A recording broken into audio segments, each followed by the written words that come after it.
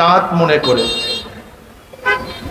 যেরকম লা মুযহাবিরা মাযহাব মানে ইমাম মানাকে শিরক বেদাত মনে করে, অথচ এগুলি জরুরি, খুবই প্রয়োজন, কিন্তু কি বলে শিরক বেদাত।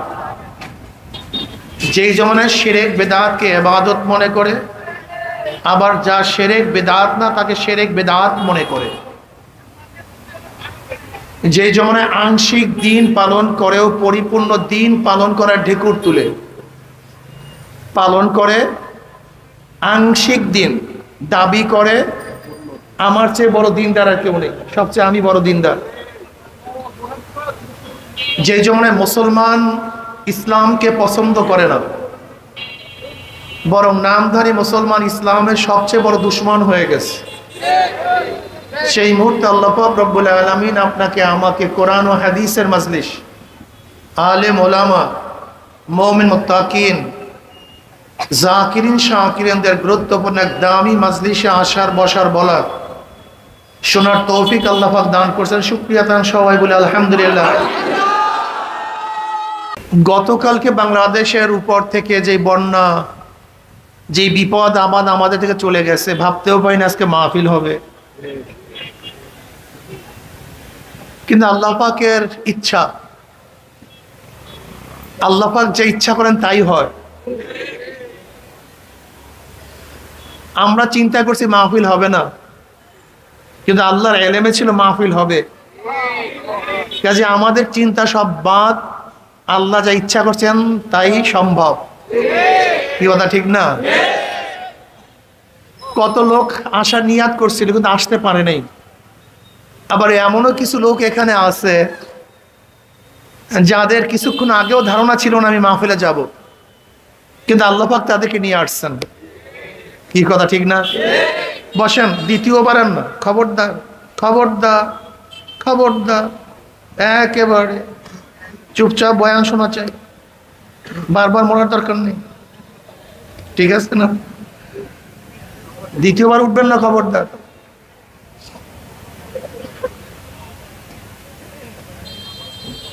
এই মাহফিল অনেক গুরুত্বপূর্ণ, অনেক দামি। আমি সবসময় জিকিরের মাজলিসকে ধোলাই কারখানা বলি। কি কারখানা? ধোলাই কারখানা। যখন জামা কাপড় দেওয়া হয়, জামা কাপড়গুলি ময়লা থাকে, কারখানা যখন ফেরত দেয় পরিষ্কার, ময়লার কোনো ছাপ চিহ্ন কিছুই থাকে না। এখানে যখন ঢুকছিলাম আমলনামায় গুনার বহুত ময়লা ছিল, আল্লাহ পাক কবুল করলে মাজলিস থেকে বের হয়ে যাবে, গুনাহ সব সাফ হয়ে যাবে। সুবহানাল্লাহ মুখ দিয়ে বের হয় না, গুনাহ এমনি এমনি সাফ হয়। আমি সুবহানাল্লাহ পড়লেই তো গুনাহ সাফ হবে। পড়েন সবাই সুবহানাল্লাহ। এই একবার সুবহানাল্লাহ পড়ার সাথে সাথে আমলনামায় 1000 নেকি লেখা হয়ে যায়, 1000 গুনাহ ঝরে যায়। ইন্নাল হাসানাত ইউযহিবনাস সাইয়্যাত, নেকি গুনাহকে এমন ভাবে মিটায়া দেয় মনে হয় যেন সেই ব্যক্তি কোনোদিন গুনাহই করে নাই। ইউযহিবনা অর্থটা কি?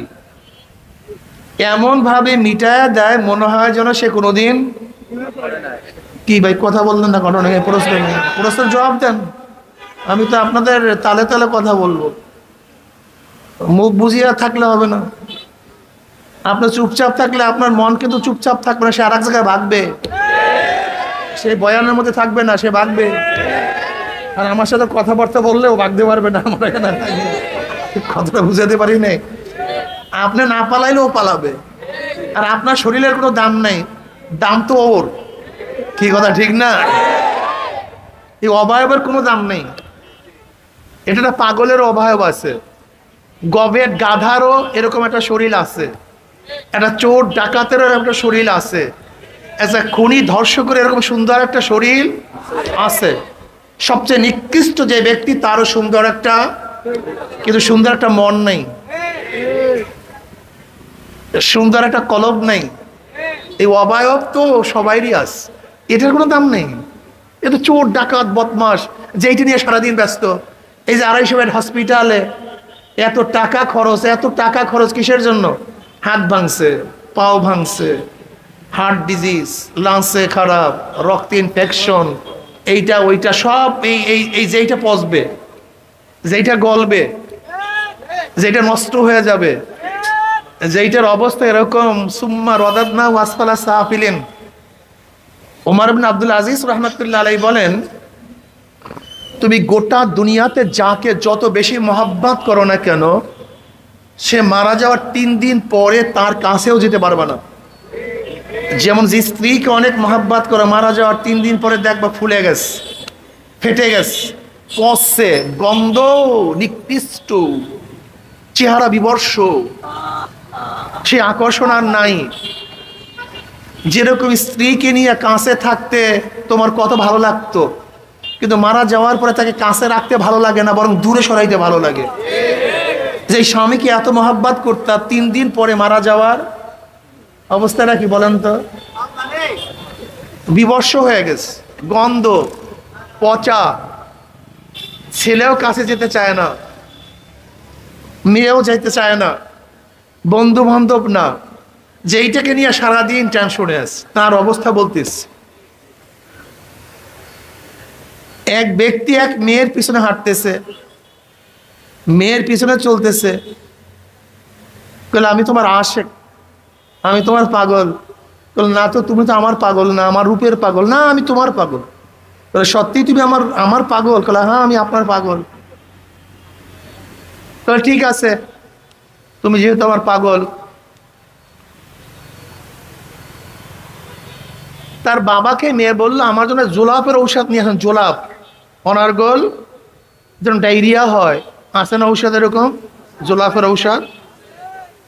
বললো আমার জন্য জোলাপের ঔষধ নিয়ে আসেন। মেয়ে খুব বুদ্ধিমত্তা ছিল, সে রাত্রে জোলাপের ঔষধ খেয়েছে। বুঝেন তো, জোলাপের ঔষধ খাওয়ার পরে অবস্থাটা কি? সারাদিন সারা রাত্র একই কারবার, অনার্গল ডায়রিয়া চলতেছে। ওই মেয়ে একটা পাত্রের মধ্যে ডায়রিয়া করতেছে, সমস্ত ময়লা মলমূত্র সেখানে জমা করতেছে। ডায়রিয়া রোগী দেখছেন, চেহারা ভেঙে যায়, চক্ষু গর্তে চলে যায়, চাওয়া যায় না, ভয় লাগে, এরকম অবস্থা হয় ডায়রিয়া রোগীর। তাই মেয়ে সারা রাত্র তার ডায়রিয়া হওয়ার কারণে তার চেহারার অবস্থা তো বুঝেন, একেবারে গালটা, সেই চেহারা সুরাত বলতে কিচ্ছু নেই, অবস্থা খুবই খারাপ। এবার ভোরে তাকে বলতেছে কি তুমি আমাকে মহব্বত করো? না না না না না, আমি তো তোমাকে। বলে কেন, ঘটনা কি? না আমি মানে বিভিন্ন কস। আসলে তুমি ভুল বলছো, কস নাই তোমার। যতক্ষণ পর্যন্ত আমার পেটের মধ্যে পায়খানা ছিল ততক্ষণ আমার চেহারা সুন্দর ছিল, যখন আমার শরীরের থেকে পায়খানা বের হয়ে গেছে আমার চেহারাও খারাপ হয়ে গেছে। আসলে তুমি আমার পাগল নয়, বাথরুমের ওই পায়খানার পাগল, তুমি ওইটা নিয়ে যাও, আমাকে নেওয়ার দরকার নেই। আমাদের মধ্যে যতক্ষণ পর্যন্ত এগুলি মলমূত্র আছে ততক্ষণ আমাদের চেহারা ভালো আছে, মলমূত্র নাই, চেহারা খারাপ হয়ে গেছে। কিন্তু যেই জিনিসের পাগল হওয়া উচিত, যেই জিনিসের মৃত্যু নাই, ধ্বংস নাই, রুহ, যেই জিনিসের মৃত্যু নাই, ধ্বংস নাই, সেই রুহুর খবরই আমাদের মধ্যে নাই। আমাদের বড় সমস্যা এখানে। আজকে মুসলমানদের অবস্থাটা কি? মুসলমান যারা আমরা আছি, অধিকাংশ মুসলমান ইসলাম সম্পর্কে জানে না। সবচেয়ে কঠিন মাসালাই এখানে, অধিকাংশ মুসলমান দিন সম্পর্কে বুঝে না। অধিকাংশ মুসলমান জানে ইসলাম আসছে মাটির নিচের জন্য, উপরের জন্য আসেই নাই। অধিকাংশ মুসলমান মনে করে ইসলাম মানি নামাজ রোজা বাস, অন্য কোনো কাজের মধ্যে ইসলাম আদৌ প্রভাব ফেলতে পারে না। এটা আমাদের মধ্যে সবচেয়ে বড় সমস্যা। ইসলামটা কি, দিন কি? দেখেন, খুব খেয়াল করুন, সবাই আমার হাতের দিকে তাকান। আমার হাত দেখতেছেন সবাই? সবাই আমার হাতের দিকে তাকান। এইটা হলো দুনিয়া। হাতের উপরের সাইডটা কি ভাই? নিচের সাইড আখিরাত। বলেন এইটা কি? নিচের সাইড। খুব খেয়াল করেন তো, উপরের সাইড নিচের সাইড। এই দুনিয়াতে যা কিছু করবেন, যা কিছু বলবেন, যা কিছু দেখবেন, যা কিছু শুনবেন, সব এখানে পাবেন। কথা বোঝাতে পারেনি? তাহলে আপনি ইসলামকে শুধু কবরের নিচের কথা বলেন কেন? আগে তো উপরের, তারপরে নিচের। কথাটা বুঝাতে পারিনি। ইসলাম তো আগে উপরের জন্য আসছে, ফল পাবেন নিচে, অথচ ইসলামকে বানাই দিছে মাটির নিচের জন্য। এটা বিশাল খারাপ দর্শন, ভুল দর্শন। এই দর্শনটাই খারাপ। এই দর্শনের কারণে হাজারো মুসলমান ইসলাম নিয়ে গবেষণা করতে চায় না। মাটির উপরে নামাজ পড়বেন, মাটির নিচে কথা বলেন না কেন? সবাই আগেই তো বলছে কথা বলবেন আমার সাথে। মাটির উপরে নামাজ পড়বেন, মাটির নিচে। মাটির উপরে রোজা রাখবেন, এখানে। মাটির উপরে হজ করবেন, এখানে। মাটির উপরে বিপর্দা চলবেন, এখানে। ফল পাবেন না গুতা খাবেন? গুতা খাবেন কোন? মাটির উপরে জেনা করবেন, এখানে। এখানে মদ পান করবেন, এখানে। এখানে সুদ খাবেন, এখানে। এখানে ঘুষ খাবেন, এখানে। এখানে চুরি করবেন, ডাকাতি করবেন, মিথ্যা বলবেন, যা কিছু করবেন সেইটাই তো এখানে পাবেন। তো ইসলাম তো প্রথম মাটির উপরে, তারপর মাটির নিচে। এজন্য আল্লাহ পাক কি বলছে? রব্বানা আতিনা ফিদ দুনিয়া হাসানাতাও ওয়া ফিল আখিরাতি হাসানাতাও ওয়া কিনা আযাবান নার। আল্লাহ দুনিয়াতে আমাকে হাসান দান করে। প্রথম কি? রব্বানা, হে আমার পূর্ব, আতিনা, আমাকে দাও, ফিদ দুনিয়া, দুনিয়ার মধ্যে, হাসান, ওয়া ফিল আখিরাতি হাসান, তুমি দুনিয়া তো হাসান দান করো, আখিরাতেও। হুবহু একই শব্দ। দুনিয়ার ব্যাপারে কি শব্দ আসছে? কি নাকি ঘুমায় টুমায় নাকি মানুষগুলি? বুঝলাম না। কথা বলেন না কেন? আপনার ঘটনা কি? মুখ খুলেন না কেন? ক্লাস চলতেছে, দর্শ চলতেছে, জবাব দেন। দুনিয়ার ব্যাপারে কি চাইছিলাম? আখিরাতের ব্যাপারে একই শব্দ। রব্বানা আতিনা ফিদ দুনিয়া হাসানাতাও ওয়া ফিল আখিরাতি হাসানাতাও ওয়া কিনা আযাবান নার। আখিরাতের হাসান সম্পর্কে আমরা সবাই জানি, জান্নাত সম্পর্কে সবাই জানে। জান্নাত কি? বিশাল এক ভূমি, দুনিয়ার চেয়ে 10 গুণ বড়, মিশকুম আম্বারের দ্বারা তৈয়ার, বিল্ডিং হাজার হাজার তালা বিশিষ্ট, এক একটি ইট হবে রূপার, এক একটি হবে স্বর্ণের, জাওয়াহিরের দ্বারা গাঁথনি, যেখানে ঝর্ণা হবে, সুন্দর সুন্দর গাছ হবে, গাছের মধ্যে ফল থাকবে, কুতুফুহা দানিয়া কুলু ওয়াশরাবু হানিয়াম বিমা আসলাফতুম ফিল আইয়ামিল খালিয়া। এই জান্নাত, যেখানে রাগ নাই, ক্ষোভ নাই, গীবাত নাই, শিকায়াত নাই, চুরি নাই, ডাকাতি নাই, ধর্ষণ নাই, তোহমাত নাই, জ্বালা যন্ত্রণা নাই। এইটা না আখিরাতের হাসান? কি মনে আছে তো? একই হাসান তো আপনি দুনিয়াতেও চেয়েছিলেন, কিন্তু দুনিয়ার অবস্থা তো খারাপ কেন? যেখানে থাকবে নিরাপত্তা, আল্লাহর তরফ থেকে শান্তি, সালামুন কাওলাম মির রাব্বির রহিম, শুধু শান্তি আর একই হাসান তো দুনিয়াতেও চেয়েছিলেন। তাই ঘরের মধ্যে এরকম গ্যাঞ্জাম কেন? রাস্তায় নিরাপদ নাই কেন? ব্যবসার অবস্থা খারাপ কেন? পেটের মধ্যে ক্ষুধা কেন? শরীরের মধ্যে বস্ত্র নাই কেন? কোর্টের মধ্যে ন্যায় বিচার নাই কেন? স্ত্রী আপনার কথা শোনে না কেন? ছেলে আপনার কথা শুনে বদমাশ হচ্ছে কেন? আপনার মেয়ে আপনার অবাধ্য হয়ে বের হয়েছে কেন? আপনি খুন হন কেন? অথচ একই হাসান চেয়েছিলেন। রোডের মধ্যে নিরাপত্তা নাই কেন? এর কারণটা কি? আপনি ইসলাম তো বুঝেন না, সমস্যা তো এই। আমি তো আগেই বলছি, অধিকাংশ মানুষ ইসলাম জানে না, ইসলাম বুঝে না। মূল সমস্যা এখানে। রব্বানা আতিনা ফিদ দুনিয়া হাসান, হাসান আতিনা ফিদ দুনিয়া, কিসের মধ্যে? কিসের মধ্যে? আমার ঘর কোথায়? আমার বাড়ি কোথায়? আমার ব্যবসা কোথায়? আমার বাণিজ্য কোথায়? আমার ছেলে কোথায়? আমার মেয়ে কোথায়? আমার রাস্তা কোথায়? তার মানে রব্বানা আতিনা ফিদ দুনিয়া হাসান, মাওলা হে আমার ছেলেটাকে হাসান বানায় দাও, ও যেন আমার অবাধ্য না হয়। রব্বানা আতিনা ফিদ দুনিয়া হাসান মানে আমার মেয়েটাকে হাসান বানায় দাও, ওর দ্বারা যেন বদনাম না হয়। মাওলানা আমার স্ত্রীকে হাসান বানায়া দাও, আমার স্বামীকে হাসান বানায়া দাও, আমার শরীরটাকে হাসান বানায়া দাও, আমার রাস্তাকে হাসান বানায়া দাও, আমার কোটকে হাসান বানায়া দাও, বিশালয়কে হাসান বানায়া দাও, আমার পেটকে হাসান বানায়া দাও, আমার সমস্ত জায়গা হাসান বানায়া দাও, যেখানে শুধু থাকবে শান্তি আর শান্তি, অশান্তি বলতে কিছুই থাকবে না।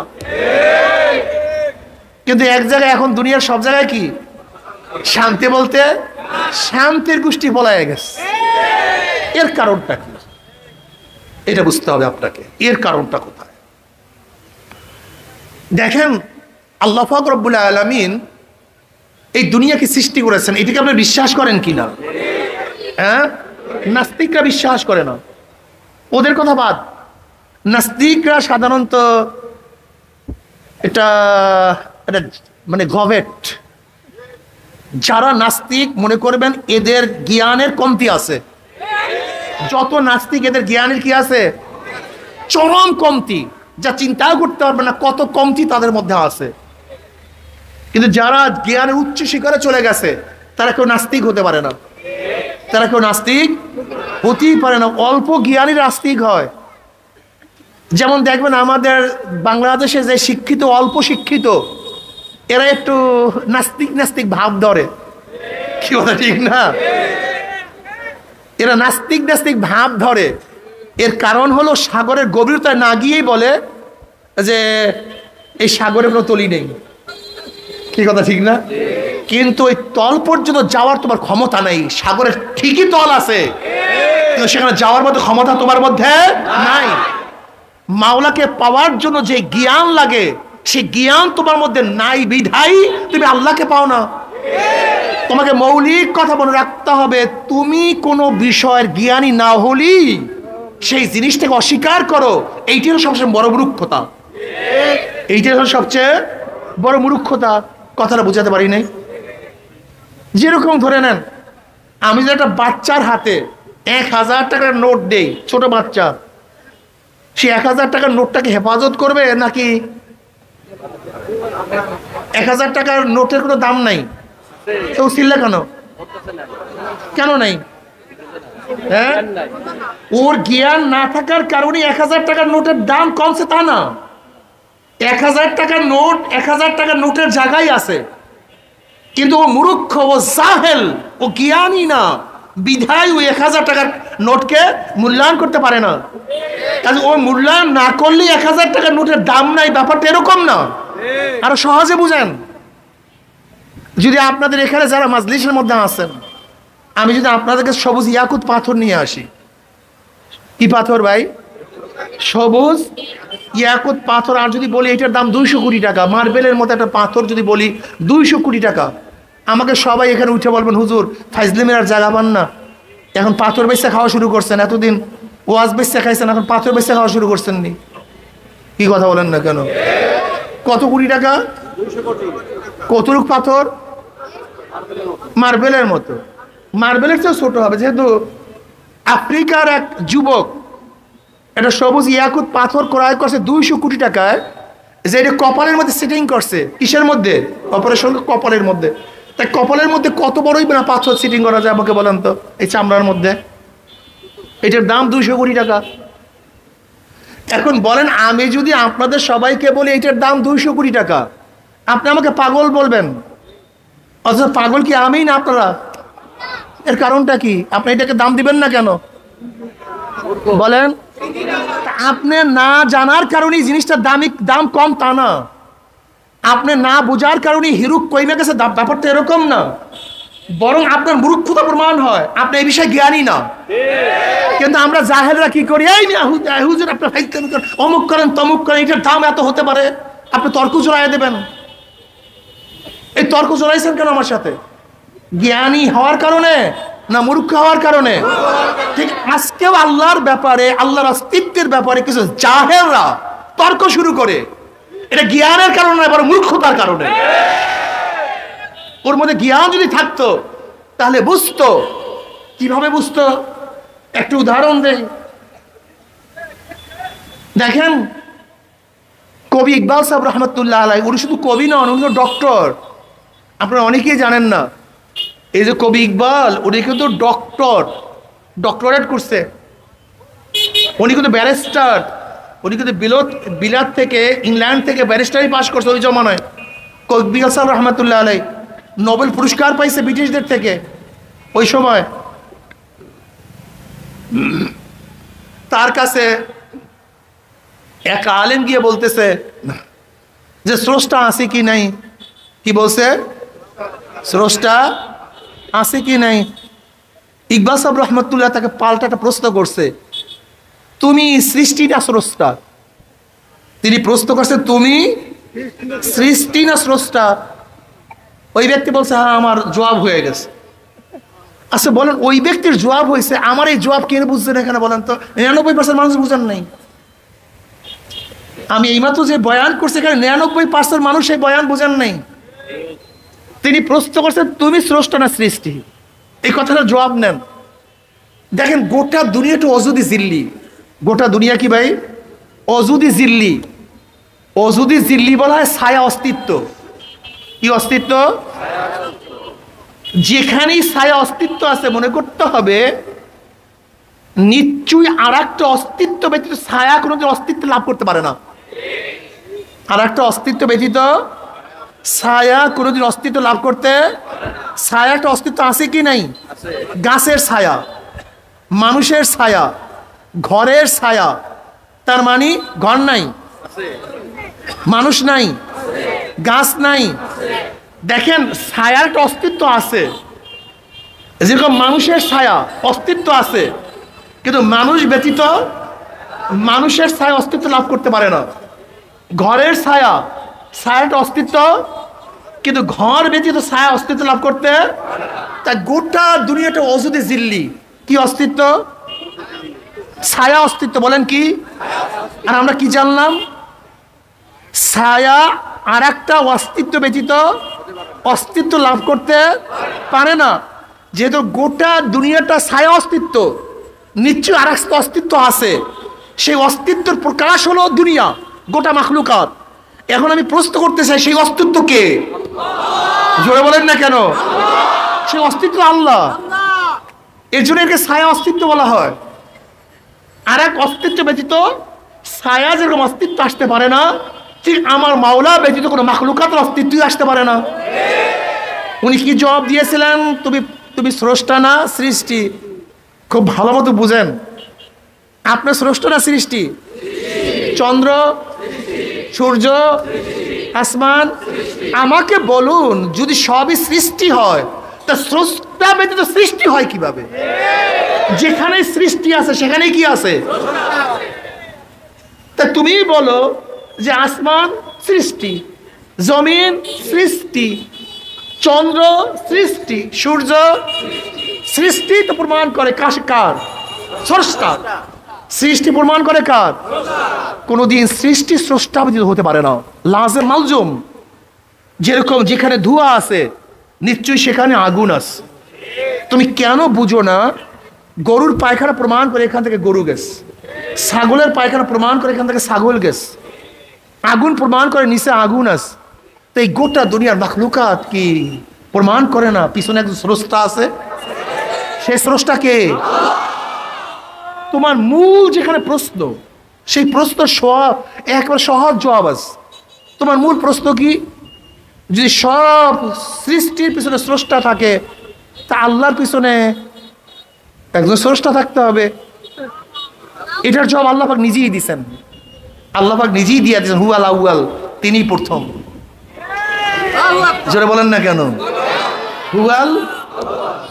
তুমি যখনই প্রশ্ন করবা প্রত্যেক সৃষ্টির আগে স্রষ্টা আছে, তা আল্লাহর আগে আল্লাহ কি জবাব দেয়? জোরে বলেন, জোরে বলেন। ঠিক শুরু, ব্যাস এখান থেকেই শুরু। এটা সহজ জবাব কি? 5-এর আগে 4, 4-এর আগে 3-এর আগে, 1-এর আগে 2-এর আগে, 1-এর আগে। কেন? প্রত্যেক সংখ্যার আগে, প্রত্যেক সংখ্যার আগে, প্রত্যেক সংখ্যার আগে সংখ্যা আছে, 1-এর আগে নাই কেন? বলবে এখান থেকেই শুরু। জোরে বলেন, এখান থেকেই। মানুষ মাইক বানাইছে কে? মানুষ বানাইছে কে? আল্লাহ বানাইছে কে? হুয়াল আউয়াল, তিনি থেকে শুরু। এখান থেকে শুরু। দেখো প্রত্যেক সংখ্যার আগে সংখ্যা থাকে, একের আগে থাকে না। প্রত্যেক সৃষ্টির আগে স্রষ্টা থাকে, কিন্তু আল্লাহর আগে হুয়াল আউয়াল, হুয়াল তিনিই প্রথম, হুয়াল আখির তিনি শেষ, হুয়াল জাহির তিনি প্রকাশ্য, হুয়াল বাতিন তিনি গোপন। হুয়াল্লাযী কোন সত্তা?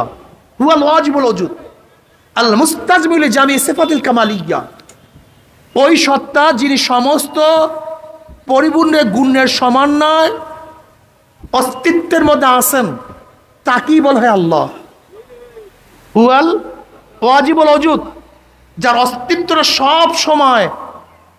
সব সময়ের জন্য, কোনো অবস্থাতেই কোনো কালে কোনো সময়ের জন্য আল্লাহ পাকের অস্তিত্ব বিলীন ছিল না। কথাটা বুঝাতে পারিনি? তার অস্তিত্ব সবসময় ছিল।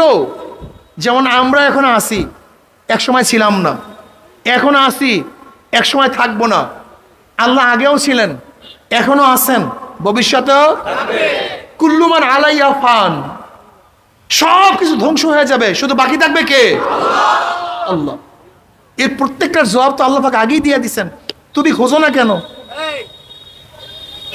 সমস্ত পরিপূর্ণ গুণের সমন্বয় তিনি। কোন গুণ ভাই? আল্লাহ পাকের প্রত্যেকটা গুণ পূর্ণ, আমাদের গুণ অপূর্ণ। যেমন আল্লাহ পাক সামে, তিনি শোনেন, আমরাও তো শুনি। আল্লাহ পাক বাসের, তিনি দেখেন, আমরাও তো দেখি। আল্লাহ পাক কথা বলেন, আমরাও তো কথা বলি। এই গুণের মধ্যে পার্থক্যটা কি? আল্লাহ পাক দেখেন, আমরাও, এই দুই দেখার মধ্যে পার্থক্যটা কি? আমরা এখন দেখি, এক সময় দেখতাম না। আল্লাহ পাক এখনো দেখেন, আগেও দেখছেন। আমরা এখন দেখি, ভবিষ্যতে দেখব না। আল্লাহ পাক এখনো দেখেন, ভবিষ্যতে দেখবেন। আমরা কাছে দেখি, দূরে দেখি না। আল্লাহ পাক কাছেও দেখেন, দূরেও দেখেন। আমরা বুড়া হইলে চশমা লাগাই, আল্লাহ পাকের চশমা লাগাতে। আমরা আলোতে দেখি, অন্ধকারে। আল্লাহ পাক আলোতেও দেখেন, অন্ধকারেও দেখেন।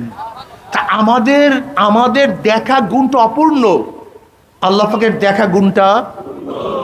আমরাও শুনি, আল্লাহ, আমরা কাছে শুনি, দূরে। জোরে বলেন। আল্লাহ পাক কাছেও শুনেন, দূরেও শুনেন। আমরা হাই, আমরা জিন্দা, আল্লাহ পাক হাই, তিনিও জিন্দা। এই দুই গুণের মধ্যে পার্থক্য কি? আমরা একসময় জিন্দা ছিলাম, কথা বলেন না কেন? এখন জিন্দা, আর এক সময় আল্লাহ আগের থেকেও, এখনো, ভবিষ্যতেও। আল্লাহ পাকের গুণটা পূর্ণ, আমাদের গুণটা। হুয়াল্লাযী আরসালা রাসূলাহু বিল হুদা, হুয়াল্লাযী কোন সত্তা? হুয়াল ওয়াজিবুল ওজুদ আল মুস্তাজমিল জামি সিফাতিল কামালিয়া, ওই সত্তা যিনি পূর্ণ গুণ নিয়ে সবসময় অস্তিত্বের মধ্যে আছেন, সেই সত্তা প্রেরণ করছেন। হুয়াল্লাযী আরসালা রাসূলাহু বিল হুদা, তিনি একজন রসুল প্রেরণ করছেন। কি রসুল? জোরে বলেন। হুয়াল্লাযী আরসালা রাসূলাহু বিল হুদা, তিনি একজন প্রতিনিধি, একজন রসুল প্রেরণ করছেন। রসুল এবং নবীর মধ্যে পার্থক্যটা কি? কেউ বলেন কোনো পার্থক্য নাই, উভয় ইসলামী উম্মতের জন্য আসছে। তাদের উপর কোরআন ইশকাল তুলছে যে তোমরা যে বলছো পার্থক্য নাই, কিন্তু কোরআন তো পার্থক্য বলছে। ওমা আরসালনা মিন ক্বাবলিকা মিন রাসূলিন ওয়ালা নাবিয়্যিন, এখানে রসুল এবং নবী মাতুফ আলাই, আর মাতাফ আলাই মুগায়্যার হয়। তাই নিশ্চয়ই নবী এবং রসুলের মধ্যে পার্থক্য আছে কি নাই? অবশ্যই আছে। বলে পার্থক্যটা কি? বলে যাদের উপর নতুন শরিয়াত আসছে তাদেরকে বলা হয় রসুল, আর যাদের উপর নতুন শরিয়াত আসে না তাদেরকে বলা হয় নবী। যাদের উপর নতুন কিতাব আসছে তারা হলো রসুল, আর যাদের উপর কিতাব আসে না তারা হলো নবী। কিন্তু তাদের উপরে কোরআন ইশকাল তুলছে। ইসমাইল আলাইহিস সালাতু ওয়াস সালাম আল্লাহ পাক বলেন কানা রাসূলান নাবিয়্যা, ইসমাইল সে রসুল এবং কি নবী। অথচ তার উপরে নতুন কিতাবও আসে নাই, শরিয়াতের প্রবক্তাও না, সে নতুন শরিয়াতও জারি করে নেই, নতুন কিতাবও তার উপরে আসে নাই। অথচ কোরআন তাকে কি বলছে? রসুল বলছে। ভেজাল লাগছে কিনা বলেন? যারা বলছে পার্থক্য নাই, কোরআন পার্থক্য করছে, যারা পার্থক্য দেখাইছে কোরআন তার উপরে ইশকাল প্রশ্ন তুলছে। পার্থক্যটা কি এইটা মাথার মধ্যে নেন, হাজারো প্রশ্নের জবাব হয়ে যাবে। নবী এবং রাসূলের মধ্যে পার্থক্য আছে কি নাই? জোরে বলেন। এতক্ষণ যা পার্থক্য বললাম তার উপর কোরআন ইশকাল তুলছে কে তোলে নাই? প্রশ্ন তুলছে কে তোলে নাই? পার্থক্যটা কি শোনেন, এই পার্থক্যটা কিয়ামত পর মনে থাকবে তো? আমি যদি জিজ্ঞাসা করবো, এইমাত্র যা বলবো আমি তো মুখস্থ করে জিজ্ঞাসা করবো, হ্যাঁ জবাব দিতে হবে, কিন্তু মনে থাকবে। বাস হাফেজ আব্দুল কাইয়ুম ইবনে আব্দুল কাইয়ুম রাহমাতুল্লাহ আলাইহি বলেন, নবী এবং রাসূলের মধ্যে পার্থক্য হলো নতুন কিতাব এবং নতুন শরিয়াত না। নবী এবং রাসূলের মধ্যে পার্থক্য হলো যারা রাসূল হবে তাদের উপরে জিহাদ ফরজ, নাহি আনিল মুনকার ফরজ। কিন্তু সমস্ত নবীদের উপরে জিহাদ এবং নাহি আনিল মুনকার ফরজ না। কিন্তু যারাই রাসূল হবে তাদের উপরে নাহি আনিল মুনকার ফরজ, অন্যায়ের মোকাবেলা করা, অন্যায়ের প্রতিবাদ করা, জিহাদ করা তাদের উপরে। কিন্তু সমস্ত নবীদের উপরে অন্যায়ের মোকাবেলা করা, জিহাদ করা কি না? এইটা হলো মূল পার্থক্য। হুয়াল্লাযী আরসালা রাসূলাহু, যিনি প্রেরণ করছেন রাসূল জনাব মুহাম্মদ রাসূলুল্লাহ সাল্লাল্লাহু আলাইহি ওয়াসাল্লাম শুধু একজন নবী না রাসূলও? শুধু নবী না, রাসূল। তা আমার নবীকে শুধু নবী হিসেবে প্রেরণ করেন নাই, রাসূল হিসাবে। আমরা তার উম্মত, আমরা তার রাসূলের উম্মতদেরকে শুধু নবীওয়ালা কাজ করলে চলবে না। কথা বলেন না কেন? শুধু নবীওয়ালা কাজ করলে চলবে না, রাসূলওয়ালাও না। শুধু নবীওয়ালা কিওয়ালা? রাসূলওয়ালা। আর রাসূলওয়ালা কাজ করলে, কথা বলেন না কেন? যদি সব নবীওয়ালা কাজ করেন, শুধু নবীওয়ালা না, শুধু নবীওয়ালা না, শুধু কিওয়ালা? জোরে বলেন। হুয়াল্লাযী আরসালা রাসূলাহু বিল হুদা ওয়া দীনিল হক। দ্বীন হক নিয়ে আল্লাহ পাক তাকে প্রেরণ করেছেন। দ্বীন কি জিনিস? দ্বীন কাকে বলা হয়?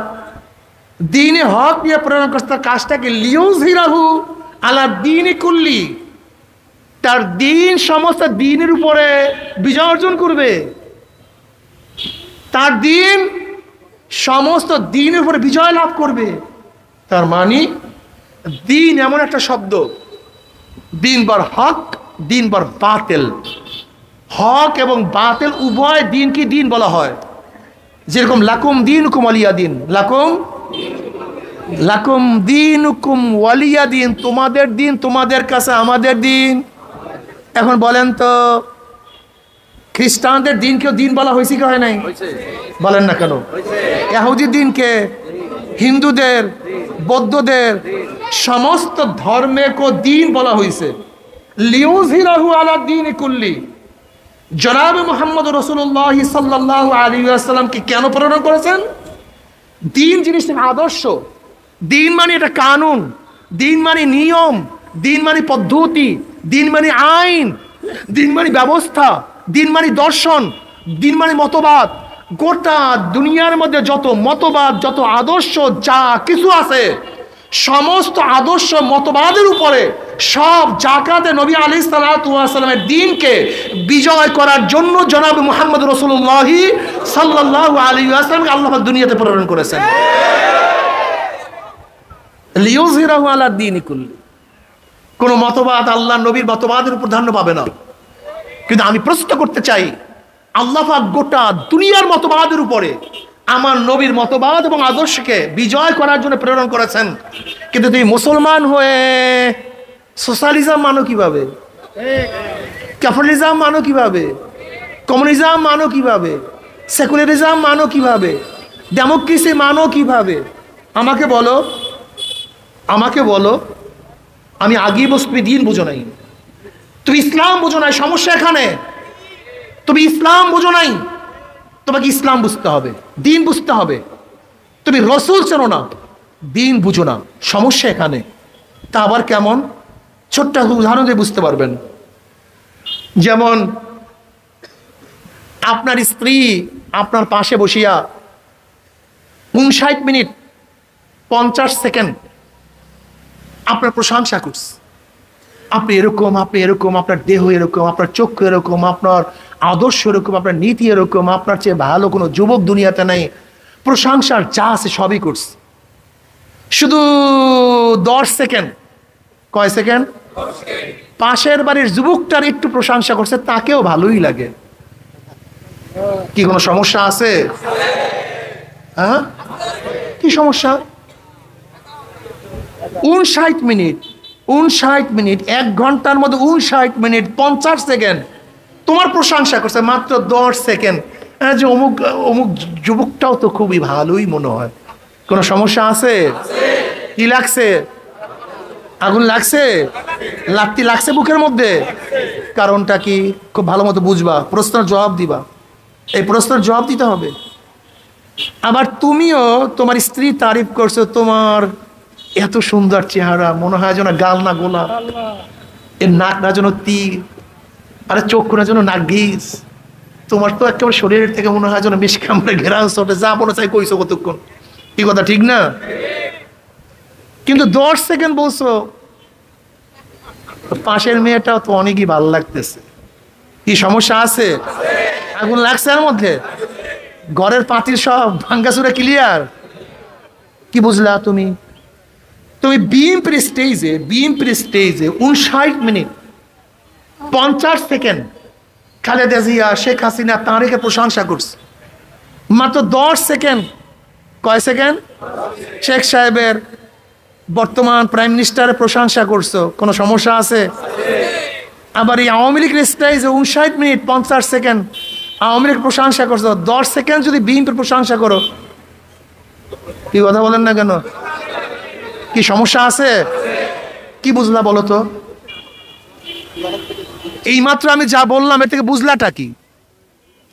লা ইলাহা ইল্লাল্লাহ, ইল্লাল্লাহ। আচ্ছা বুঝলেনটাকে বলেন তো, বলেন তো দেখি কি বুঝলেন? মোহাব্বত শিরকাতকে পছন্দ করে না। যেখানে মোহাব্বত আছে সেখানে কি নাই? শিরকাত নেই। তুমি শুধু আমারই, এখানে অন্য কেউ 1 সেকেন্ডের জন্য আসতে পারবে? স্টেজ আওয়ামী লীগের, এখানে আওয়ামী লীগের শুরুর থেকে শেষ পর্যন্ত তারই প্রশংসা চলবে, অন্য কাউর না।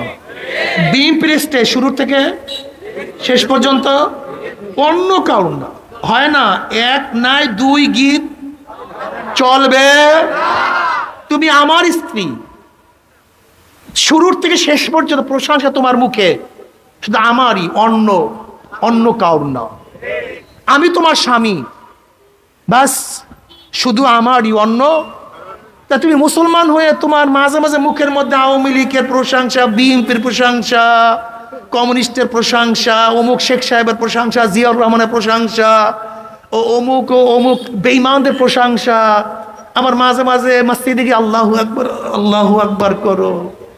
তা ঘটনা কি? একই মুখে 2 প্রশংসা চলে কি? বাবাকে বোঝাতে হতো। কথা বলো না কেন? যেরকম স্ত্রী যদি কয়েক সেকেন্ডের জন্য অন্য কার প্রশংসা করে লাথি মারিয়া তাড়ায়া দেয়, ঠিক মুমিন মুসলমানদের মুখের মধ্যে, কলবের মধ্যে আমার আল্লাহ আল্লাহ রসুলের বাহিরে অন্য কার মোহাব্বত প্রশংসা আসলে আমার মাওলা ইসলাম থেকে লাথি মারিয়ে বের করে দেয়। তোমার খবর নাই, তুমি বের করে দিছো নাকি আগেই? শিরকাত ইসলামের মধ্যে নাই। দুনিয়ার কোনো যে শিরকাত পছন্দ হয় না।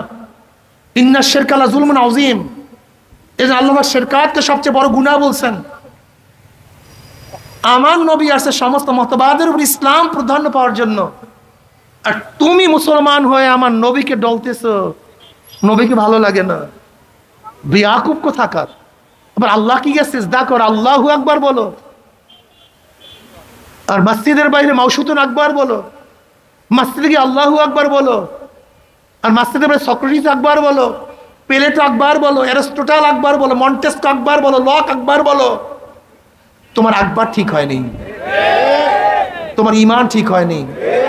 বিশ্বাস করে কলেমার তারিফ করলে অনেক মানুষের কলেমাই ঠিক নেই। লা ইলাহা ইল্লাল্লাহর তারিফ করলে অনেক মানুষের কলেমা ঠিক নাই। কলেমাই ঠিক নাই। এই জন্য ইসলামের অবস্থা তো করুন। কেন তোমার কলমের মধ্যে অন্য কিছু থাকবে কেন? অন্য মহব্বত আসবে কেন? অন্যকে ভালোবাসবা কেন? হ্যাঁ না, আমার নবী দুনিয়াতে আসছেন সমস্ত মতবাদের উপরে, নীতি আদর্শের উপরে, নবীর নীতি আদর্শকে প্রাধান্য দেওয়ার জন্য, বিজয় লাভ করার জন্য। আজকে থেকে শপথ গ্রহণ করো আমার নবীর আদর্শ বাস্তবায়ন করার জন্য আমি তার একজন সৈনিক হয়ে গেলাম। আমি তার একজন কি হয়ে গেলাম? আমার নেতা তোমার নেতা, আমার নেতা তোমার নেতা, জোরে বলো আমার নেতা তোমার নেতা। এই মুখের মধ্যে আর কাউকে আমি নেতা মানতে পারি না, আমার নেতা একজন। আমরা সবাই নবীর সেনা, আমরা সবাই রসুল সেনা, আমি কার সেনা না। জোরে বলেন আমি কার সেনা? বাস বাস। ফায়দাটা কি বলেন তো?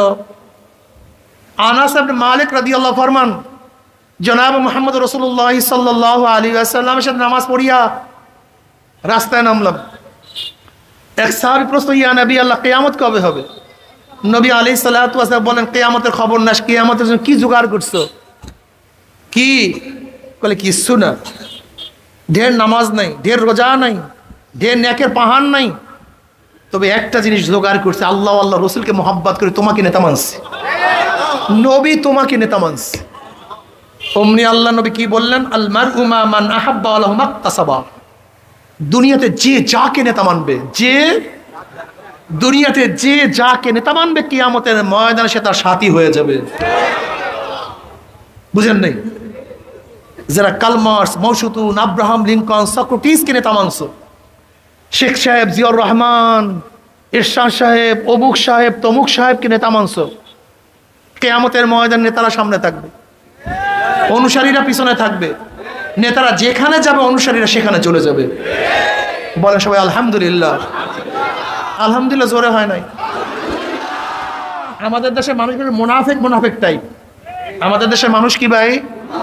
জোরে বলেন, টাইপ অফ মুনাফিক। দুনিয়াতে এই নেতাদের পিছনে থাকবে, যদি বলে এই নেতারা কিয়ামতের ময়দানে তোমাদের সামনে থাকবে, বলে হুজুর না, কিয়ামতের ময়দানে আপনার সামনে থাকেন, এইটা চাই। নবী সামনে থাকুক, হুজুর এইটা চাই। দেখেন অধিকাংশ মানুষ আজিব, দুনিয়াতে যাকে নেতা মানছ, তো কিয়ামতের ময়দানে সে সামনে থাকবে না, সে পিছনে থাকবে কেন? কারণটা কি? এইটা চাও না কেন? ঘটনা কি? ইস্তাবতা নাফসাক ইস্তাবতা কলবাক, ইস্তাবতা নাফসাক ইস্তাবতা কলবাক। প্রত্যেকের হাত দিয়া বলেন, বলবেন যে না হুজুর নবী সামনে থাকুক এইটা চাই, আলেম ওলামার সামনে থাকুক এইটা চাই। জীবনভর চিল্লেছো যাদের পিছনে, আর কিয়ামতের ময়দানে আলেম ওলামার সামনে থাকবে না। বিয়াকুব নাকি মানুষগুলি? টাইপ অফ মুনাফিক কেন? বরং দৃঢ়তার সাথে বলো, দুনিয়াতে যাদেরকে নেতা মানছি, কিয়ামতের ময়দানে তারাই সামনে থাকবে, আমরা তাদের পিছনে থাকবো। আমরা ইনশাআল্লাহ নিয়াত করছি, দুনিয়াতে যাদেরকে নেতা মানছি, কিয়ামতের ময়দানে তারা সামনে থাকবে, আমরা তাদের পিছনে থাকবে ইনশাআল্লাহ। সোজা হিসাব। এর জন্য তো ছাড়ি না, পারি না তা না, কিন্তু টুপি ছাড়তে পারি না তা না, পারি কিন্তু দাড়ি কাটতে পারি না তা না, পারি কিন্তু কাটি না। আমরা কেউ দাড়ি কাটতে পারি না নাকি? জোরে বলেন।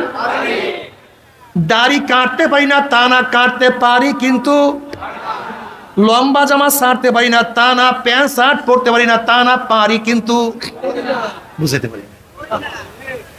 আওয়ামী লীগ, বিএনপি, জাতীয় পার্টি জাসদ বাসদ করতে পারি না তা না, তোমাদের সে অনেক বেশি করতে পারি, করতে পারি না তা না,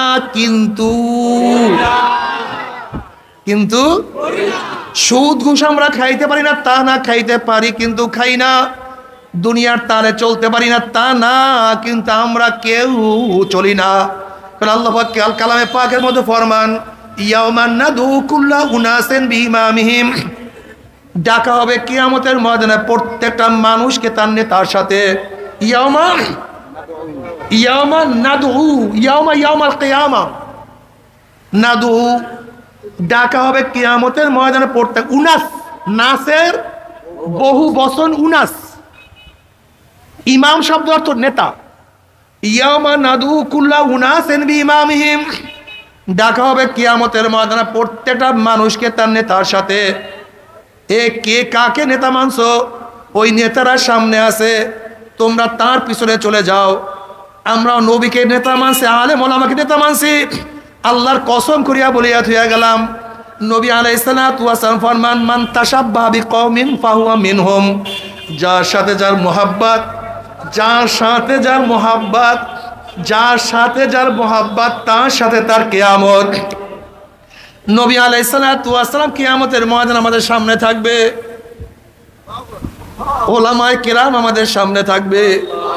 তুমি কি জানো বুখারীর মধ্যে রওয়ায়াত আছে, নবী আলাইহিস সালাতু ওয়াস সালাম বলেন, হে আমার উম্মতরা, কিয়ামতের ময়দানে 3 জায়গা আমাকে খোঁজ করিও। হাউজের কিনারায় খোঁজ করিও, মিজানের কাছে আমাকে খোঁজ করিও, পুলসিরাতের কিনারে আমাকে খোঁজ করিও।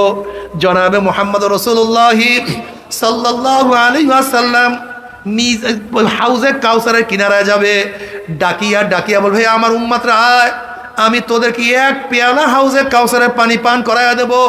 মান শারাবা লাম ইয়াজবা আবাদা, যেই ব্যক্তি 1 পেয়ালা হাউজে কাউসারের পানি পান করবে, 50,000 বছর বাদে আর কোনোদিন পানির পিপাসা লাগবে না। আল্লাহ তুমি কবুল করিয়া নাও। সমস্ত উম্মত দৌড় দিবে, গেটের মধ্যে একদল উম্মতদেরকে ফেরেশতারা আটকায়া ফেলাইবে। নবী আলাইহিস সালাতু ওয়াস সালাম বলবেন, হে ফেরেশতারা, আমার উম্মতকে ছাড়িয়া দাও, আমি ওদেরকে 1 পেয়ালা হাউজে কাউসারের পানি পান করাইয়া দেব, 50,000 বছরের মধ্যে আর কোনোদিন পানি পিপাসা লাগবে না। তখন ফেরেশতারা বলল, ইয়া নবী আল্লাহ, ইয়া রাসূলুল্লাহ, আপনি তো জানেন না, আপনি দুনিয়ার থেকে বিদায় হওয়ার পরে কপাল পরে নামাজ পড়তো না, রোজা রাখতো না, দাড়ি কাটতো, আপনাকে নেতা মানতো না, আপনার দল পছন্দ করতো না, আলেম ওলামাদেরকে কত টিটকারি ফাইজলামি করছে, সুন্নাত দরিয়া কত টানা হেসরা করছে, ইসলামকে পরিবর্তন করিয়া ফেলাইছে। এই কথা শোনার সাথে সাথে নবী আলাইহিস সালাতু ওয়াস সালামের কলিজা মুবারকে দাগ লাগিয়া যাবে। আল্লাহর হাবিব বলবেন, সোকান সোকান সোকান, দূর হ দূর হ দূর হ, তোরা আমার উম্মত না, আল্লাহ তুমি মাফ করিয়া দাও। নবী আলাইহিস সালাতু ওয়াস সালাম মিজানের কিনারায় থাকবে, তার উম্মতকে ওজন দেয়া শুরু করবে। যখনই কোনো নেক বাদ দেয়া শুরু করবে, অমনি নবী আলাইহিস সালাতু ওয়াস সালাম বলে, মাওলা হে, এই যুবক, ওর বাবা নামাজ পড়তো না, কিন্তু যুবক তো নামাজ ছাড়তো না, ওর দাদা দাড়ি কাটতো কিন্তু নাতি হইয়া দাড়ি রাখছে, এই মেয়ে তো বোরখা পরছে, মা বোরখা পরতো না, ওর নানি দাদিও তো বোরখা পরতো না, পর্দা করতো না, কিন্তু নাতিন হইয়া বেপর্দা চলতো না। মাওলা এত গরিব হইয়াও 1 লোকমা হারাম পেটের মধ্যে ঢুকায় নাই, এরপরও হাজারো চেষ্টা করার পরে 2-1টা গুনাহ তো আমল নামে রয়েই গেছে, আপনি মাফ করিয়া দেন, এই গুনাহটাকে ওজন করিয়েন না। আবার যখনই কোনো নেক বাদ দেওয়া শুরু করবে, অমনি আমার নবী সুপারিশ করবে, মাওলা হে, ও তো আলেম না, ও ওলামায়ে কেরামের মুখে শুনিয়া শুনিয়া ইবাদত করছে, ওর ঘরের মধ্যে গুনাহ, ওর বাহিরে গুনাহ, ব্যবসা প্রতিষ্ঠানে গুনাহ, সব জায়গায় গুনাহ, এরপর হাজারো নেক করার চেষ্টা করছে, কিন্তু এখনো কিছু নেক তো এখনো করতে পারে নাই। বুখারীর মধ্যে রওয়ায়াত আসছে, আল্লাহ পাক কিয়ামতের ময়দানে নবীকে বলবে, ইশফা তুশাফা সালতু উতা, আমার নবী সুপারিশ করেন, যে সুপারিশ করবেন আপনার সুপারিশ আমি কবুল করব। সাল তুতা, আপনি চান, যা চাইবেন আমি দিয়া দেব। আমার নবী সুপারিশ করবে, আমার মাওলাই কবুল করবে, আমার নবী চাইবে, আমার মাওলাই দিয়া দিবে। কিন্তু হে নাফরমানের দলেরা, হে কপাল পোড়ার দলেরা, হে দুনিয়ার পাগলের দলেরা, সেই নবীর সুন্নাত যদি না মানো, নবীর তরিকায় যদি না চলো, নবীর আদর্শ বাস্তবায়নের চেষ্টা না করো, আমার নবীও তোমাকে চিনবে না, আমার নবী না চিনলে তোমাকে সুপারিশও করবে না, আর আমার সুপারিশ না করলে তোমার উপায় হবে না। আমার নবী পুসরাতেই কিনারায় দাঁড়ানো থাকবে, ওয়া ইন মিনকুম ইল্লা ওয়ারিদুহা কানা আলা রাব্বিকা হাতমান মাকদিয়া সুম্মা নুনাজ্জিল্লাযীনা ইত্তাকাও ওয়া নাযারুয যালিমিনা ফীহা জিসিয়্যা। যাদের ঈমান আমল মজবুত, 1 সেকেন্ডের মধ্যে পাড়ি দিয়া মাওলার জান্নাতে চলিয়া যাবে। কেউ বাতাসের গতিতে পুলসরাত পাড়ি দিয়া মাওলার জান্নাতে চলিয়া যাবে। কেউ তো তেজ রপ্তা ঘোড়ার গতিতে, কেউ দৌড়াইয়া, কেউ হাঁটিয়া পুলসরাত পাড়ি দিয়া মাওলার জান্নাতে চলিয়া যাবে।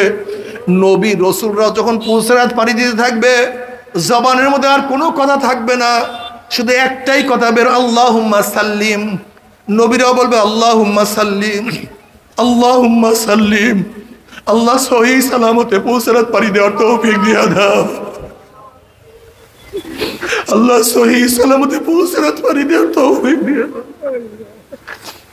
আল্লাহুম্মা সাল্লিম, আল্লাহুম্মা সাল্লিম। পুলসরাত পাড়ি দিয়া জান্নাতীরা জান্নাতে চলিয়া যাবে। আমার মাওলার তরফ থেকে সালামুন কাওলাম মির রব্বির রহিম, শুধু শান্তি, শান্তি আর শান্তি। অশান্তি কি জিনিস আর কোনদিন পাবে না আল্লাহ। কিন্তু আমার যুবক বাবারা, আমার পর্দালয় মা বোনের, দুনিয়া কয়দিনের দুনিয়ার জন্য মাতাল হয়ে গেছো? কয়দিনের দুনিয়ার জন্য আমার নবীকে ভুলিয়া গেছো? কি ক্ষমতার জন্য আমার নবীকে পছন্দ করো না? তুমি কি দেখো না মুমিন মাওলাকে পাওয়ার জন্য কত ক্ষমতা ত্যাগ করছে? তুমি কি দেখো না মুমিন মাওলাকে পাওয়ার জন্য স্ত্রী ত্যাগ করছে, স্বামী ত্যাগ করছে?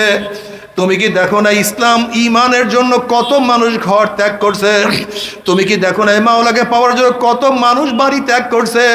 তুমি কি দেখো না মাওলাকে পাওয়ার জন্য কত মানুষ তার জীবন উৎসর্গ করছে? তুমি কি দেখো না মাওলাকে পাওয়ার জন্য কত মানুষ শুলের মধ্যে চড়ছে? আসিয়া আলাইহিস সালাতু ওয়াস সালাম যখন আমার মাওলার উপর ঈমান আনছে, ফেরাউন বলছে আনা রব্বুকুমুল আলা, আমি বড় খোদা। এখন ফেরাউনের জনগণ বলতে আছে, ফেরাউন তোমার স্ত্রী তো তোমাকে খোদা মানে না, আমরা কেন খোদা মানবো? তখন ফেরাউন বলছে কি বলো? হ্যাঁ, তোমার স্ত্রী তোমাকে খোদা মানে না। ফেরাউন গিয়া বলতেছে আসিয়া তুমি নাকি আমাকে খোদা মানো না? তখন আসিল হ্যাঁ, আমি তো তোমাকে খোদা মানি না। না আমান তুমি রব্বে মুসা হারুন, আমি মুসা এবং হারুনের রবের উপরে ঈমান আনছি। আমি তোমাকে স্বামী মানি, কিন্তু তোমাকে আমি খোদা মানি না। ফেরাউন বলতেছে আসিয়া তুমি আমাকে খোদা না মানলে কেউ আমাকে খোদা মানবে না, তুমি আমাকে পূর্ব না মানলে কেউ আমাকে পূর্ব মানবে না। আসিয়া আলাইহিস সালাতু ওয়াস সালাম বলছে ফেরাউন আমি তোমাকে স্বামী মানি, সব কিছু মানি, কিন্তু খোদা মানতে পারবো না। এবার ফেরাউন বলে তুমি আমাকে খোদা না মানলে আমি তোমাকে তালাক দিয়া দেব। আসিয়া আলাইহিস সালাতু ওয়াস সালাম বলেন তালাক দাও, বিরহ বেদনা সহ্য করব, কিন্তু খোদা মানতে পারবো না। ফেরাউন বলছে আমি তোমাকে শাস্তি দেব। আসিয়া বলছে শাস্তির যন্ত্রণা সহ্য করতে না পারলে দুনিয়া থেকে বিদায় হয়ে যাব, কিন্তু আমি তোমাকে খোদা মানবো না।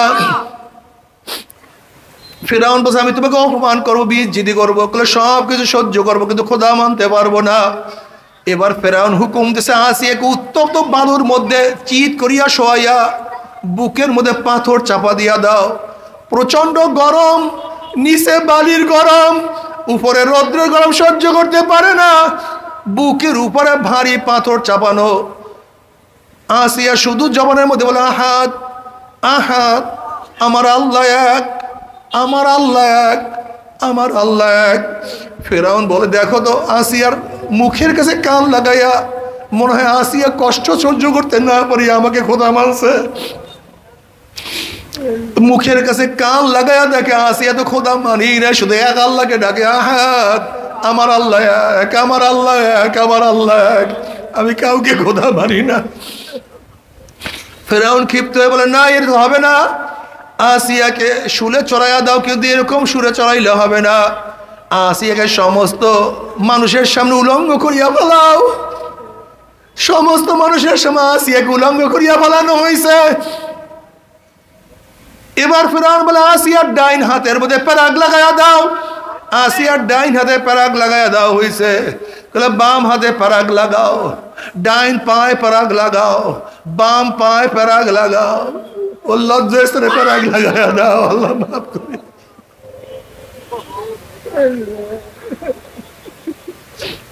মুসা আলাইহিসসালাতু ওয়াসসালাম পাশের দিকে যান। আসিয়া আলাইহিসসালাতু ওয়াসসালাম বলছে, আল্লাহ রে মুসা, মাওলাকে পাওয়ার জন্য আরামের বিছানার পরিবর্তে উত্তপ্ত বালুকে বিছানা হিসেবে গ্রহণ করলাম, কম্বল ল্যাপের পরিবর্তে ভারী পাথরকে বুকের মধ্যে গ্রহণ করলাম, সম্মান ইজ্জতের পরিবর্তে সমস্ত মানুষের সামনে আমাকে উলঙ্গ করিয়া ফেলানো হয়েছে, আরাম আয়েশের পরিবর্তে 4 হাত পার্বতে প্যারাক গ্রহণ করলাম। আল্লাহ নবী মুসা, আমার মাওলা আমার বেজান না খুশি? আমার মাওলা আমাকে দেখে কি দেখে না? মুসা আলাইহিসসালাতু ওয়াসসালাম আসিয়ার গোটা আসমানের দরজা তোমার জন্য খোলা হয়ে গেছে, গোটা জান্নাতের দরজা তোমাকে ডাকা শুরু করছে, সমস্ত ফেরেশতার অপেক্ষায় আছে, আমার মাওলা তোমার দিকে তাকায় আছে। এই মুহূর্তে তুমি যেই দোয়া করবে আমার মাওলা সেই দোয়া কবুল করবে। তখন আসিয়া আলাইহিসসালাতু আল্লাহর কাছে দোয়া করে, রব্বি ইবনি ইনদাকা বাইতাম মিনাল জান্নাহ ওয়া নাজ্জিনি মিন ফিরআউনা ওয়া আমালিহি ওয়া নাজ্জিনি মিনাল কওমিজ জালিমিন। মাওলা হে, জান্নাতের মধ্যে তোমার নিকটে একটা ঘর বানায়া দাও, যেই ঘরটা তোমার নিকটে হবে। জান্নাতে গিয়ে তোমাকে না পাইলে, তোমাকে না দেখলে আমি সহ্য করতে পারবো না। জান্নাত শুধু চাই না, তোমার নিকটে একটা ঘর চাই, যেই ঘর থেকে তোমার দিদার অর্জন করতে পারি।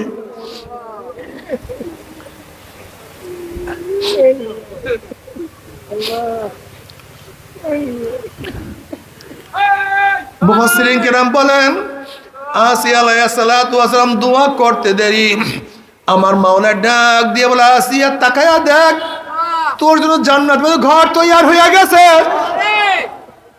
গোটা দুনিয়ার মধ্যে 2 জন মানুষকে আল্লাহ পাক জেতা অবস্থায় আসমানে নিয়ে গেছে। একজন হলো আসিয়া আলাইহিসসালাতু ওয়াসসালাম, আর একজন ঈসা আলাইহিসসালাতু ওয়াসসালাম। ও আমার পর্দালে মা বোনেরা, ও আমার যুবক বাবারা, ও আমার মুরব্বী বাবারা, যদি আসিয়া আলাইহিসসালাতু ওয়াসসালাম মাওলাকে পাওয়ার জন্য আসিয়া আলাইহিসসালাতু ওয়াসসালাম মাওলাকে পাওয়ার জন্য বাদশাহী ছাড়তে পারে, দামি খাট ছাড়তে পারে, আরামায় সব কিছু ত্যাগ করতে পারে, এত কষ্ট সহ্য করতে পারে। তুমি সেই মাওলাকে পাওয়ার জন্য কি করছো? হিসাব নিকাশ না মিলাইয়া কেউ মাওলার কবরে যাইও না।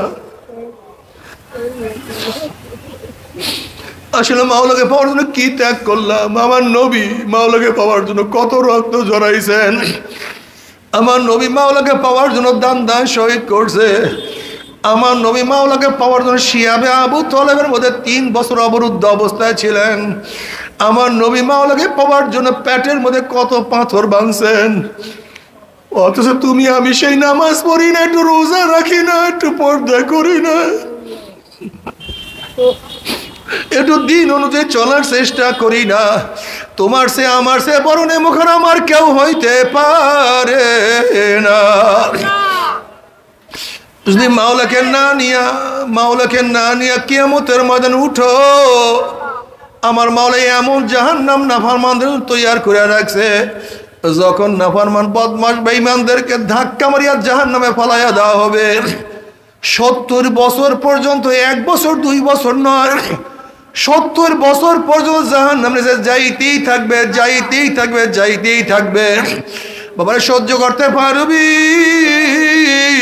ওই আযাব তো কেউ সহ্য করতে পারবো না। আল্লাহ, তবে মুমিন মুসলমান বলে সবাই নেই মনে চায় গুনার থেকে ফিরিয়া না কামল করিয়া মাওলার জান্নাতে, কিন্তু সবাইরই যাইতে মনে চায়। গুনাহ নিয়া মাওলার জাহান্নামে কাউরি কিন্তু যাইতে মনে চায় না। কিন্তু কেনই বা আমরা নেক আমল করতে পারি না? কেনই বা গুনার কাম ছাড়তে পারি না? এর মূল কারণ হলো আপনার এবং আমার পিছনে নফস এবং শয়তান লাগিয়া রইছে।